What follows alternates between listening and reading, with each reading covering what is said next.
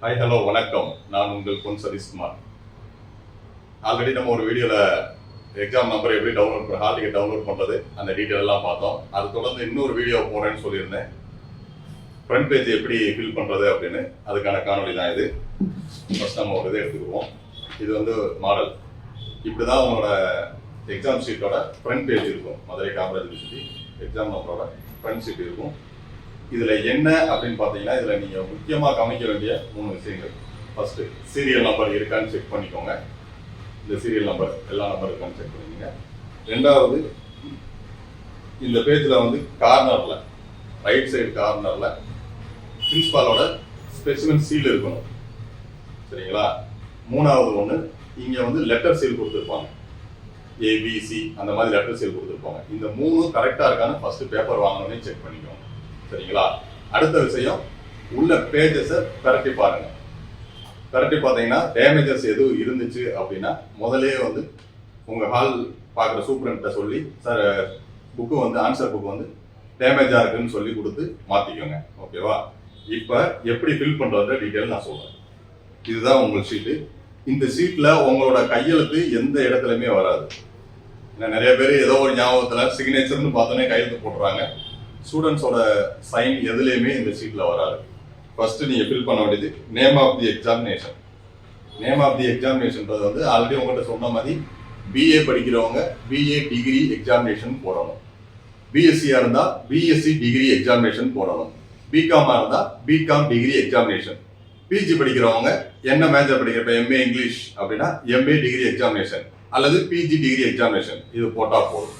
Second one வந்து subject. Subject வந்து என்ன சப்ஜெக்ட் எழுதுறீங்க அப்படின்ற சப்ஜெக்ட் எழுதிருங்க இதில். அடுத்து date of the examination. Date of the எக்ஸாமினேஷன்றது வந்து அன்னைக்கு என்னைக்கு தேதியில் எழுதுறீங்களோ அந்த டேட். ஓகேங்களா? இங்கே சியில் சப்ஜெக்ட் கோடு. சப்ஜெக்ட் கோடுன்றது ஆல்ரெடி உங்களுக்கு நான் எக்ஸ்பிளனேஷன் பண்ணியிருக்கேன். உங்களுக்கு சப்ஜெக்ட் கோடு ஒரு 6 லெட்டரில் 7 லெட்டரில் கொடுத்துருப்பாங்க. அந்த சப்ஜெக்ட் கோடை எழுதிக்கோங்க. அதே மாதிரி கீழையும் அடுத்து next name of the examination. அதுக்கு அடுத்து எப்போ வந்து ரிஜிஸ்டர் நம்பர். ரிஜிஸ்டர் நம்பர் வந்து இப்போ ஃபர்ஸ்ட் இயருக்கு நீங்கள் வாங்கியிருப்பீங்களா ரிஜிஸ்டர் நம்பர், ஒரு நம்பர், அந்த நம்பர் எழுதிருங்க. இங்கே டேட்டு, சப்ஜெக்ட் கோடு, சப்ஜெக்ட். ஓகேங்களா? இவ்வளோதான், சிம்பிள். இவ்வளோதான் ஃபில் பண்ணால் போதும். இதில் வேற எதுவுமே நீங்கள் எக்ஸ்ட்ராவாக ஃபில் பண்ணுற தேவையில்லை. இதில் சப்ஜெக்ட் கோடும் ரிஜிஸ்டர் நம்பர் ரெண்டுமே கம்பல்சரி தெளிவாக எழுதுங்க. அடுத்தல் திருத்தல் இல்லாமல் பொறுமையாக எழுதுங்க. ஏன்னா ரிஜிஸ்டர் நம்பரும் உங்கள் சப்ஜெக்ட் கோடும் தான் உங்கள் பேப்பரை வேல்யூஷன் பண்ணுறதுக்கு அவங்களுக்கு இதே வரும். சரிங்களா? இது மட்டும் கரெக்டாக நீங்கள் ஃபில் பண்ணிட்டீங்கனாலே இந்த ஃப்ரண்ட் பேஜில் போதும். சரிங்களா?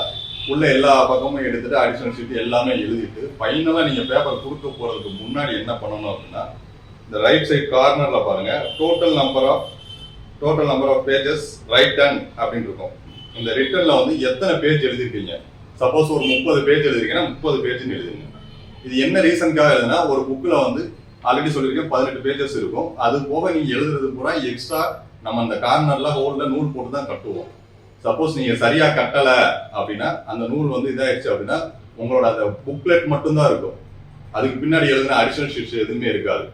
அதுக்காக தான் எத்தனை பேஜ் எழுதிருக்கீங்கன்னா, சப்போஸ் ஏதாவது மிஸ்ஸிங்னா, இப்போ 50 பேஜ் எழுதியிருக்காங்க, இதில் 19 பேஜ் தான் இருக்குது, மிச்ச பேஜ் எங்கே இருக்குன்னு அவங்க வந்து அனலைஸ் பண்ணுறதுக்கு ஈஸியாக இருக்கும். அதுக்காக தான் அதை எழுத சொல்கிறது.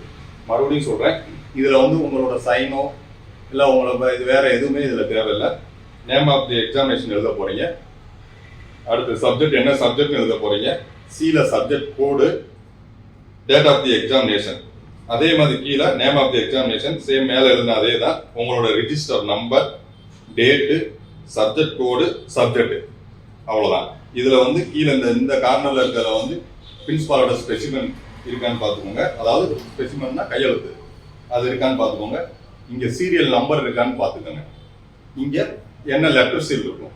இந்த மூணையும் வச்சு பார்த்துக்கோங்க. நாளைக்கு உங்களுக்கு எக்ஸாம் ஸ்டார்ட் ஆகுது. நன்றி, வணக்கம்.